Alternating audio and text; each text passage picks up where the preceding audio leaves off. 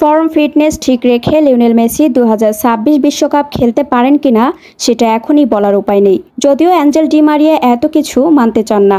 যাই হোক না কেন, মেসিকে আসন্ন বিশ্বকাপে দেখতে চান তিনি।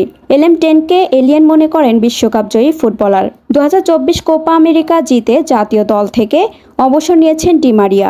2022 কাতার বিশ্বকাপের ফাইনালে আর্জেন্টিনাকে জেতানোর পথে গোল করেন এই উইঙ্গার। দেশের কথা ভেবে আরও একবার বিশ্বমঞ্চে মেসির জাদুকরী পারফরমেন্স দেখতে মুখিয়ে আছেন ডি মারিয়া। এক সাক্ষাৎকারে তিনি বলেন, আমি মেসিকে পরবর্তী বিশ্বকাপে দেখতে চাই। সে এখন কেমন আছে, সামনের দিনগুলোতে তার সঙ্গে কি ঘটবে সেটা কোনো বিষয় নয়, তাকে বিশ্বকাপ খেলতেই হবে। ডি মারিয়া আরও বলেন, মেসি আর্জেন্টিনাকে